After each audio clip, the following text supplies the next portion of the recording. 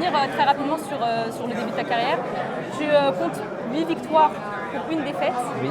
Tu es actuellement sur une série de 6 victoires consécutives. Demain, tu combats pour la première fois à Arès. Quelles sont tes ambitions, quels sont tes objectifs dans cette nouvelle organisation?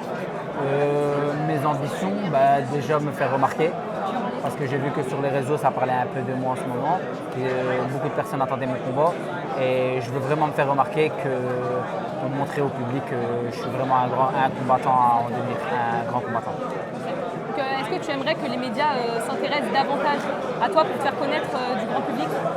Ouais, ça c'est sûr, ouais, j'aimerais bien. Après, je ne suis pas un fan des réseaux, car comme je disais quand j'avais répondu à Fernand Lopez, que je m'entraînais beaucoup, donc j'avais pas le temps pour m'occuper des réseaux. Et c'était vraiment la vérité, sans être arrogant ou quoi. Je m'entraîne vraiment énormément et du coup j'ai pas le temps d'être trop sur les réseaux, mais je compte le changer. Très bien. Fernand Lopez avait donc dit dans The King and the G qu'il ne serait pas contre le fait que tu call out Taylor Lapillus pour le titre des Bantam à Arès. Est-ce qu'en cas de victoire, tu as prévu quelque chose? J'ai prévu un petit truc et vous le verrez vendredi. Ok, très bien alors.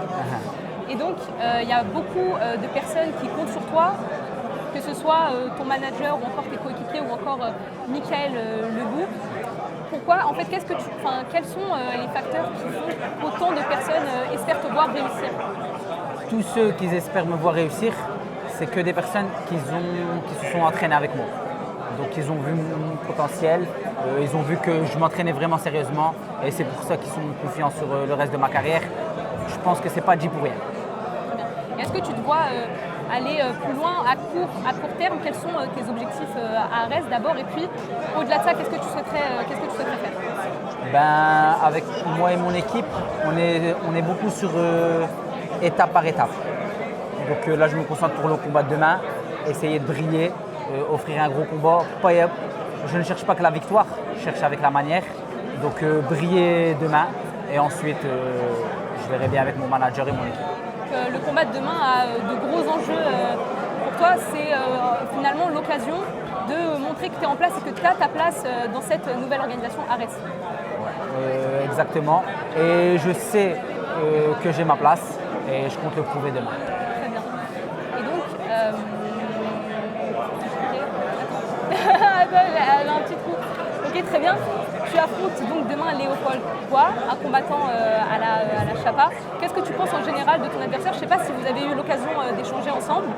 Et qu'est-ce que tu penses de lui, que ce soit dans la cage ou bien même à l'extérieur? Franchement, ça a l'air d'être quelqu'un de très très cool, très gentil. J'ai pu échanger brièvement avec et ça a l'air d'être une bonne personne.